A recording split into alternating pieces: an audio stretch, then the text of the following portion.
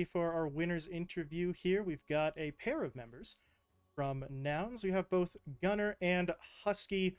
Gunner has the cams. Husky is not going to be joining us in the camera land today, but he's still here. You can still hear him. He is still very much here, even if we can't see him. But gentlemen, thank you for joining us, especially after that marathon of a final game. That was. I did not expect the game to go that long, to be honest. Oh. But well, yeah. Well, I do want to start it off there. I suppose just going to start with the question that sort of most immediately comes to mind for you, Gunner. ET and I were the ones calling that fight, and I got kind of lightheaded because I ran out of time to breathe. So it was hectic just to watch. What is the thought process? What are the comms like in the middle of those crazy fights when you're kicking like 3 or 4 times in a row? That was something. I mean, I've been like playing Tusk a lot in pubs, and we played in a scrim, and I got like yelled at because I'd just be like, I'm kicking him back, and then no one really knew what would happen.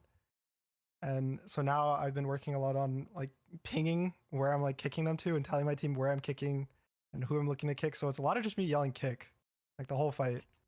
And I don't know. I feel like I talk way more when I'm Tusk because there's so much like, I don't know, Husky. You think I feel like I yell a lot when I'm Tusk. Like I'm so loud.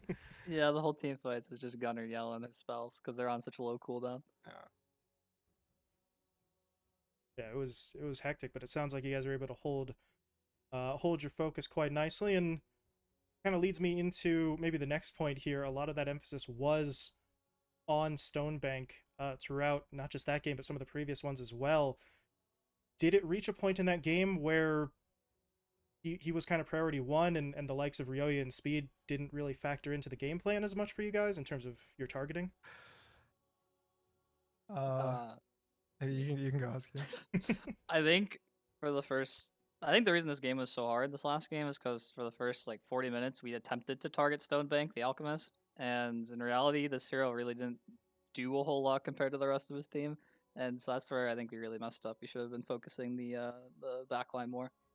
And someone was like, this Alchemist hero is so shit. He's just a bait, and every time we go on him, we lose the fight. So then we stopped going on him, and like I would go on him just to force his BKB. Like I kick him so he'd get scared, and then we'd all run away, and that'd be it. Yeah, it was a plan that definitely worked out for you guys, and do want to sort of ask you as well. You're able to recover with the game 4 win, as long and hard as it may have had to be, but the game 3 scenario where Stonebank's Medusa kind of got a little bit too out of control, you guys end up dropping that game. What was the sort of team's thought process after game 3 moving into the next game to regroup? Well, I'll be honest, I went for a walk. I was a little annoyed. And then I came back, and the rest of these goons are just doing morbing time memes. And they were cheerful, so it was good by them. They were keeping the spirits high, and I was a little more emo than I probably should have been. The game ended. I was like, did you pick Nightstalker just for the meme moo? And then he just smiley faced in the chat. So I don't know. I don't think it was just for the meme, but I don't think it was just for the meme, but yeah. Oh my god. I mean, this kind of shows where you guys are, where halfway through a grand final series, one of your players is like, hey, let's go for the Morbin time meme. Yeah, let's try that. But I mean, can't argue with the results. Yeah. Coincidence. Dota. Unlucky, guys. It was unlucky. So I got one last question for you before I turn you over to ET. We've got that 3rd DPC tour coming up. You guys are playing at a high level, obviously, just one pro series, and some of the other teams in the region, like like Quincy Crew, have sort of made some roster changes, so maybe there's a little bit of an adjustment period there. Do you feel like you're in a position now to really sort of push your way forward and compete for a spot at that major?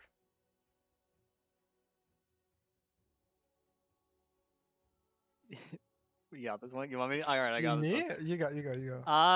Yeah. I mean, I think our schedule's out. We play EG like game 1 of the season of the tour, which happens quite a bit actually. I think it's a big advantage for us because they're. I mean, I guess they're not really a new roster, like a semi-new roster. They got flyback. True. But yeah, usually the way EG roster works is they start off kind of shaky, and then they get really good by the end of the tour. So I think it's an advantage for us. I think we played Quincy like week 2 or 3, so same story. I mean, last tour though we went 2-1 with TSM, 2-1 with Quincy Crew, and uh, we put up a pretty good game versus EG that we lost 2-0. But yeah, I think this will probably be the most opportunistic tour for us with this current iteration. So we'll see. I think this last like month we probably improved the most out of like any segment of time with this team. I mean, in my opinion, I think we learned a lot Yeah. about the map. I would agree. So Alright, well, wish you guys the best of luck there, and that's all I had for you. I'll hand you over to ET now. Now you just need a patch to change the map, and then you know nothing, and then you just start losing. yeah, that could happen. That could happen, but I guess as going into this series, what do you guys think changes the most? Of course, best of 5, it's a longer format. A lot of people think it's just the longer format. We talk a lot about the mind games when we do get to this grand final day, but for you guys, what do you think changes the most coming into this game? I mean, for me, uh, I think the thing that surprised me the most was like I forgot about the ALK when we went into the grand finals. I was telling my team, I was like, okay, guys, for me, I like just banning heroes when the team is like feeling good about a hero for the day. Like they were coming in the series, they were like hot at these 2 ALK wins. I was like, we should just ban it, even if we think it's bad, we should ban it. And then I think we banned it like the first 2 or 3 games. I don't remember. But then in game 4, I forgot about it because I don't even think about this here. I think he's okay, but I don't think he's that good. And then they get it 24. And then they pick it 24. It's like, shit, guys. I forgot about banning their alchemist. That's not good.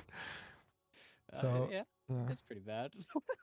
But it's fun. It's fun, right? You get to play versus their best hero. And then I guess Yeah. what happened in game 3 with the Medusa? Because you guys banned, I think, a pit ward, and then you banned another hero, and then they banned anti-mage, and then they just slammed the Medusa. Oh and then... yeah, we banned the Brood, and you know, in the moment, there was some conversation about whether this Tiny was just gonna be carry and they pick a Zoo off lane, and then like, you know, we had an idea, we went with it, but you know, in hindsight, like I don't think I've ever seen Speed play Brood.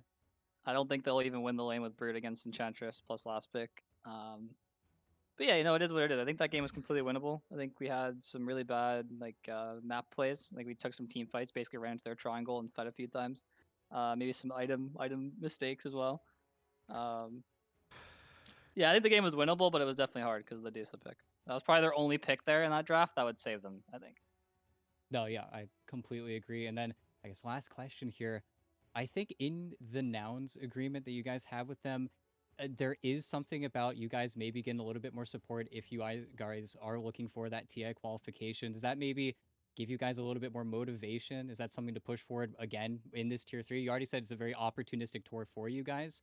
So my camera dies, but is that another motivator coming in from kind of the back end where if you guys do qualify, you do get just kind of, I don't want to say more money, but you get more support coming in from that organization? For me, it's like a motivator in the sense that makes you not worry. Like it's not a motivator, isn't like, oh, we got to do better for this, or like it's helping us do better. But it's more of like you don't think about it in a way. Like you don't have to worry about like salary or money or anything. You just have everything you need, and you just get to play.